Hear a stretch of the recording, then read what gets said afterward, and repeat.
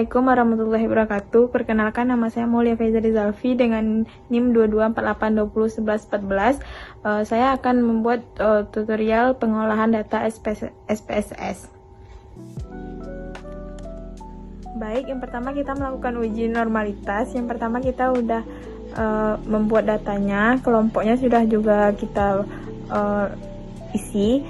Ada heu, kel sama kakak kodenya, lalu desimalnya juga 0, labelnya nama hewan, kelompok hewan, dan kadar kolesterol. Lalu value-nya kita isi satunya kelompok negatif, 2 kelompok positif, 3 dosis rendah, 4 dosis sedang, 5 dosis tinggi. Lalu kita tekankan OK. Lalu measure-nya kita ganti normal dan scale. Lanjut ke data view. Kita udah ngisi datanya sebanyak 30. Lalu kita melakukan uji normalitas, yaitu analyze, descriptive, lalu explore. Habis itu dependent list kita isi dengan kadar kolesterol, dan faktor loss kita isi dengan kelompok hewan uji. Lalu kita tekan statistik, deskriptifnya 95% kita centeng, lalu continue, lalu plot,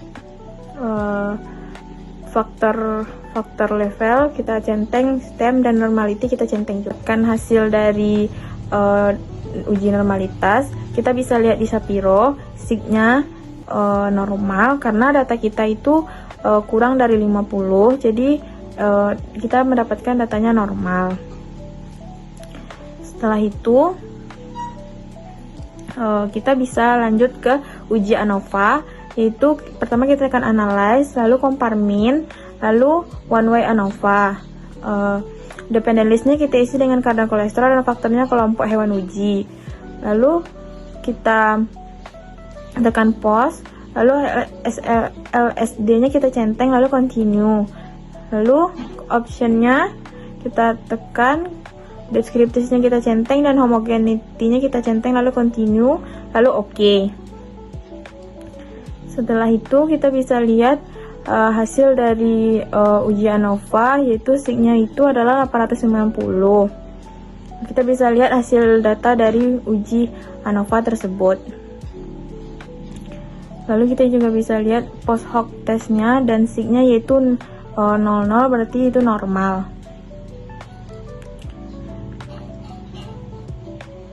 Dan juga kita bisa lihat dari kelompok positif, yaitu dosis rendah, dosis sedang, dan dosis tingginya, berapa hasil dari mean difference-nya.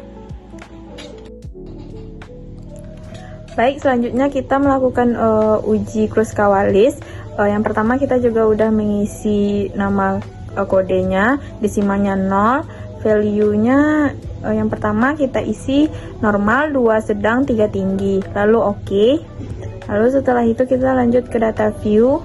Kita udah ngisi data-data tersebut, lalu kita lanjut saja ke analyze, terus kita mencari non-parametrik dan tekan legasi dialog. Setelah itu kita bisa tekan ke independent sample, dan kategori kadar kolesterol kita masukkan ke tes variabel list, dan grouping variabel kelompok 1 dan 5. Tekan define range, minimal 1, maksimumnya 5. Lalu Kruskal-Wallisnya juga kita centeng, lalu kita tekan OK.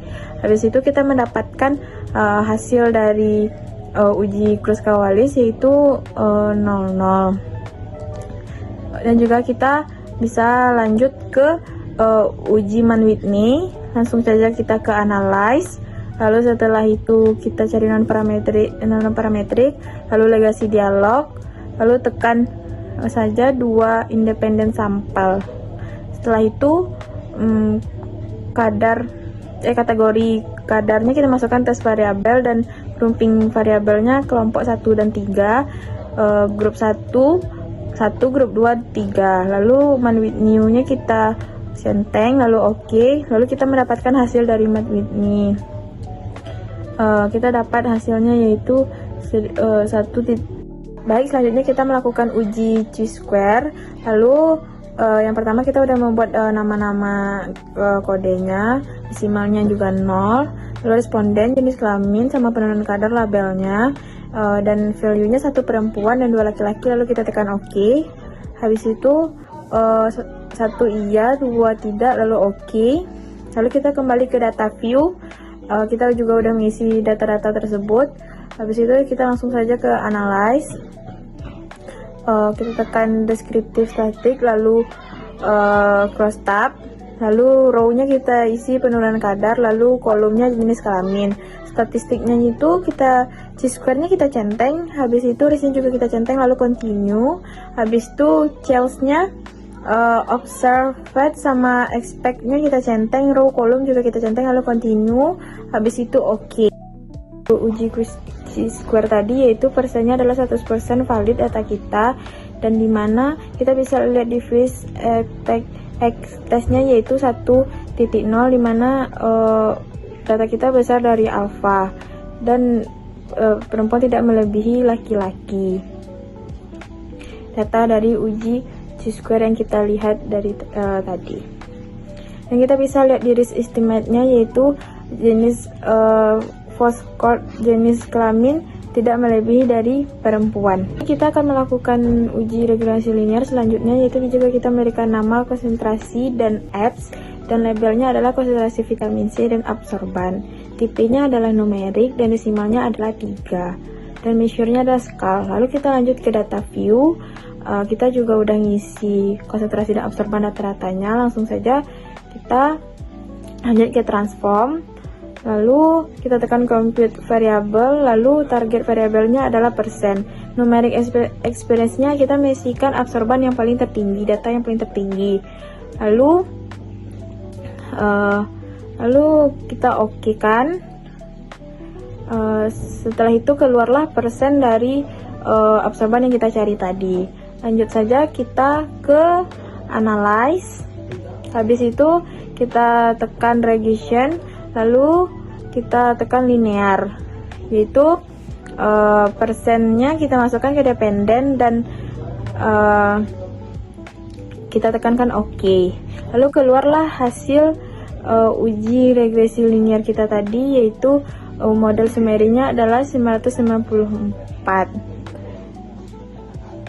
Lalu setelah itu ANOVA-nya juga kita bisa lihat, dan koefisiennya, residual statiknya juga kita bisa lihat hasilnya di data tersebut yang telah kita cari tadi.